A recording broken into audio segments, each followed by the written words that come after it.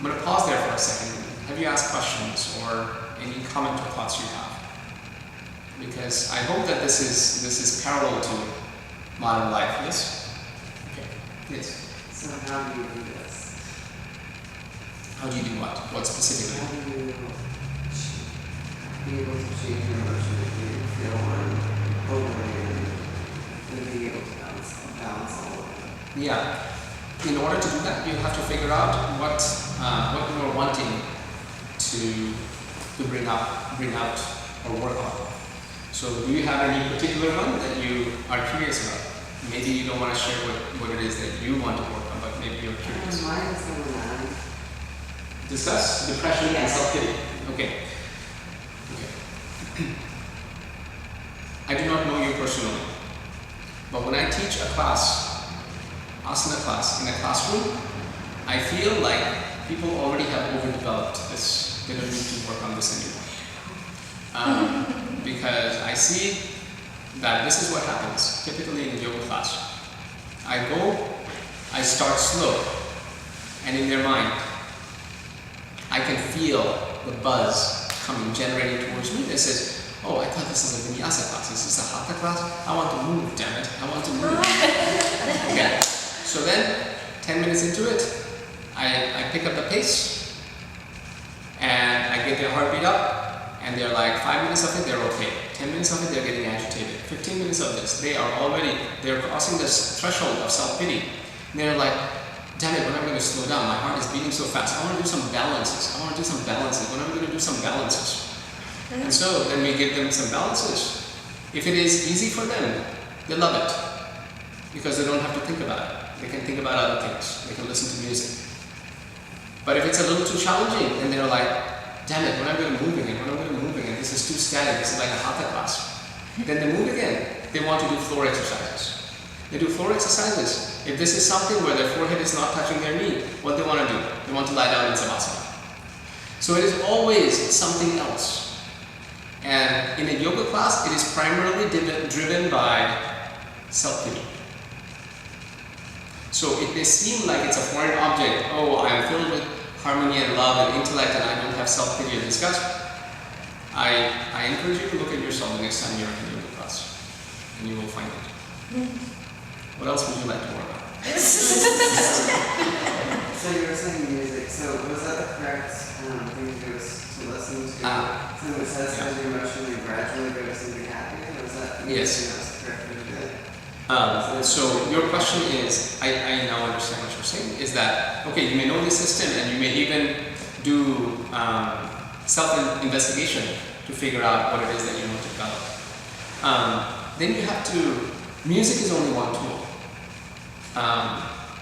You can sit in a room and you can surround yourself with such things that will invoke such tendencies as what we were working on. So if you want to invoke, let's say, courage, because today is a day where you're feeling like the world has an upper hand on you and you're not feeling courageous, whatever that means for you. So you can sit and you can watch a courageous movie that invokes a lot of emotion. You can tune into the kind of music that it plays in order to invoke those sensations, and then you can find those soundtracks and you can listen to it. Movies are very good. The way we use movies are not very good. Movies are one of those things, just like yoga. They have done so much research and study that they have self-perfected it. If you look at a movie that is not like mediocre, but good quality movie, yes? You will find that directors and producers and artists and actors and graphic designers and costume designers and soundtrack producers are so good, they have perfected the art. Like 5 minutes from one scene to another, they can evoke emotions like that, right? So how are they doing? When I watch movies, I care about the actors and actresses, but I don't really. I watch how they're invoking those emotions in me. And I hold on to those things. Like hold on to the color composition. Hold on to the ratio of land versus sky.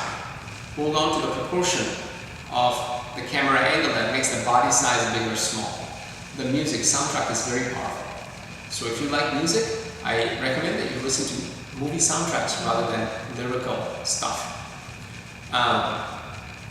The selection of words, the facial expressions. Why? Why? Good actors and actresses, when they act, it does not look or feel like they're acting. That's the key difference between a good actor and a not so good actor.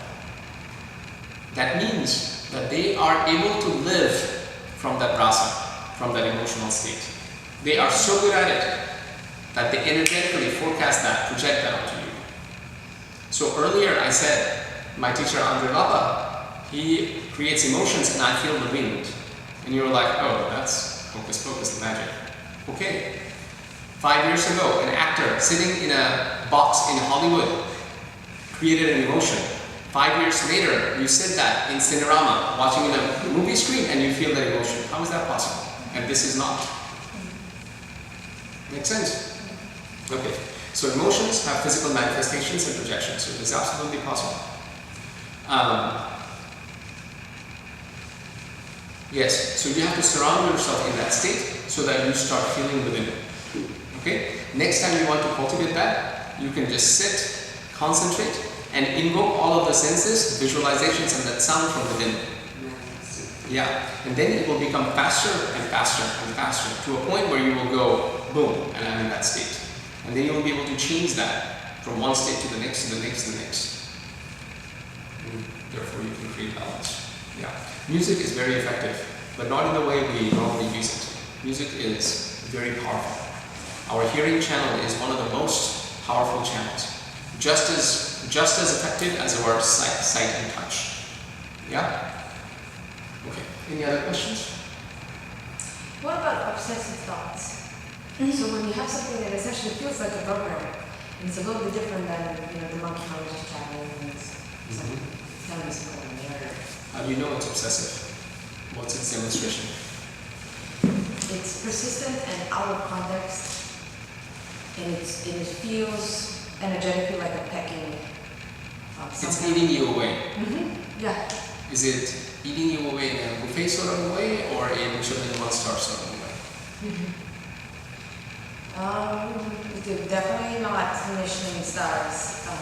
I would say, and it's aggressive. That's Okay. That is only happening because you don't have control over that thought. And so, if you want to scientifically approach it, I would write down that thought that is eating you away. And I would really like to understand, if I were you, I would like to understand what is the origin of that. Usually a thought that is constantly appearing in your consciousness is a result of some deep dissatisfaction. And it can be dissatisfaction with what is outside of you, or it can be dissatisfaction with what is inside of you. And so you have to analyze. And then you have to analyze as to why you are dissatisfied with that. Okay. And then you have to understand why you are dissatisfied with that. And then you have to understand why you are dissatisfied with that. So you have to peel the layers, go deeper, deeper, until you find the source of what is it that invokes this layer, and hence this layer, and hence this layer. Oftentimes what happens is, you are trying to solve the symptoms, but not the disease.